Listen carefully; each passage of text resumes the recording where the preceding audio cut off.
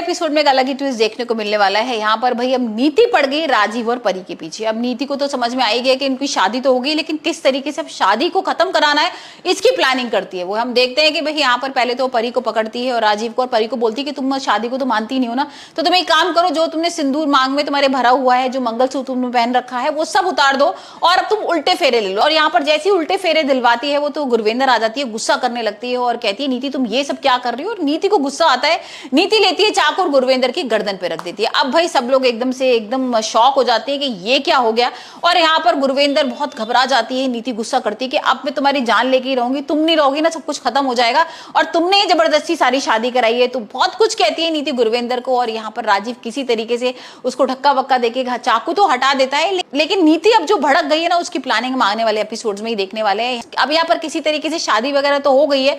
अब जो राजीव है वो पहुंच गया है घर जवाई बनके भाई अंबिका के घर, मतलब अंबिका के घर पहुंच जाता है और यहाँ पर गृह प्रवेश वगैरह की तैयारी करता है। इस सब चीज को देख के ना परी और अंबिका एकदम से शॉक हो जाते हैं। और भाई राजीव कहता है कि देखो मैं अब अपनी पत्नी का यहाँ पर गृह प्रवेश करूंगा, और अब मेरे घर में तो भाई जगह है नहीं परी के लिए कोई, तो मैं अब आप ही के साथ यहाँ पर रहने वाला हूँ। और वहीं हम देखने वाले हैं कि भाई यहाँ पर सुहागरात भी बनने वाली है राजीव और परी की। अब नीति क्या करने वाली है, क्योंकि यहाँ पर नीति और राकेश दोबारा से मिल गए, दोबारा प्लानिंग कर रहे हैं। और अब भाई देखते हैं कि क्या करती है। हमने वैसे भी नया प्रोमो देख ही लिया है।